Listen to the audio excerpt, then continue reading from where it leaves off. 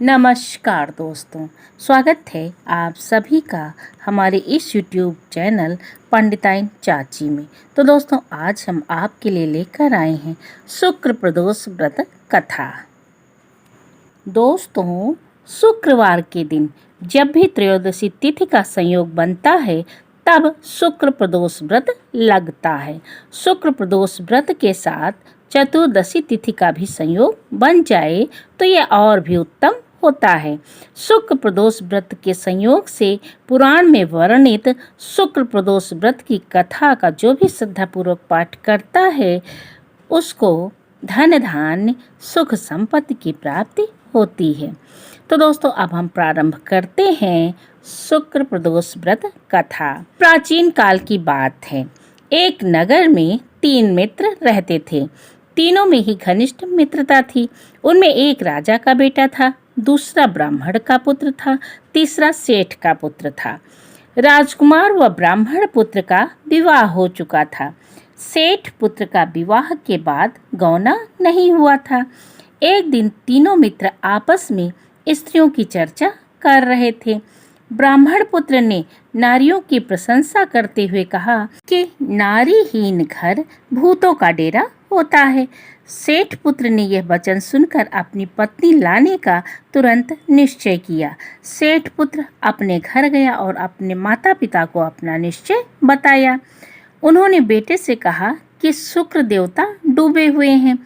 इन दिनों बहू बेटियों को घर से विदा कराकर लाना शुभ नहीं है। अतः शुक्रोदय के बाद तुम अपनी पत्नी को विदा करा लाना। सेठ पुत्र अपनी जिद से टसमस नहीं हुआ और अपनी ससुराल जा पहुंचा।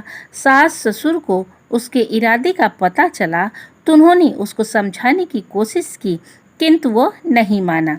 अतः उन्हें विवश होकर अपनी कन्या को विदा करना पड़ा।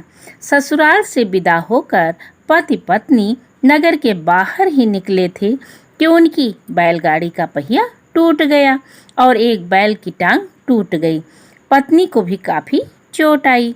सेठ पुत्र ने आगे चलने का प्रयत्न जारी रखा। तभी डाकुओं से उनकी भेंट हो गई। वे धन धान्य लूटकर ले गए। अब सेठ का पुत्र पत्नी सहित रोता पीटता अपने घर पहुंचा। जाते ही उसे सांप ने डस लिया। उसके पिता ने वैद्यों को बुलाया। उन्होंने देखने के बाद घोषणा की कि आपका पुत्र 3 दिन में मर जाएगा। उसी समय इस घटना का पता ब्राह्मण पुत्र को लगा। तब उसने सेठ जी से कहा कि आप अपने लड़के को पत्नी सहित बहू के घर वापस भेज दो। ये सारी बाधाएं इस कारण से आई हैं कि आपका पुत्र शुक्रास्त में पत्नी को विदा करके लाया है। यदि ये वहां पहुंच जाएगा तो बच जाएगा। सेठ को ब्राह्मण पुत्र की बात जच गई और अपनी पुत्र वधू और पुत्र को वापस लौटा दिया। वहां पहुंचते ही सेठ पुत्र की हालत ठीक होनी आरंभ हो गई। तत्पश्चात उन्होंने शेष जीवन साथ में सुखपूर्वक बिताया और मृत्यु के बाद स्वर्गलोक को गए। तो दोस्तों, शुक्र प्रदोष व्रत में भगवान शिव और माता पार्वती के साथ उनके पूरे परिवार की पूजा करने से आपका व्रत सफल होता है। यह व्रत संतान प्राप्ति के लिए बहुत ही उपयोगी माना जाता है। प्रदोष व्रत शुक्रवार को पड़ता है तो यह शुक्र प्रदोष कहलाता है। शुक्रवार के शुभ योग में प्रदोष का व्रत करने से आपको भगवान शिव के साथ माँ लक्ष्मी का भी आशीर्वाद प्राप्त होता है। माँ लक्ष्मी भी प्रसन्न होती हैं। तो दोस्तों, कैसी लगी जानकारी और कथा? अगर पसंद आई हो तो हमारे चैनल पंडिताइन चाची को लाइक शेयर सब्सक्राइब करना ना भूलें।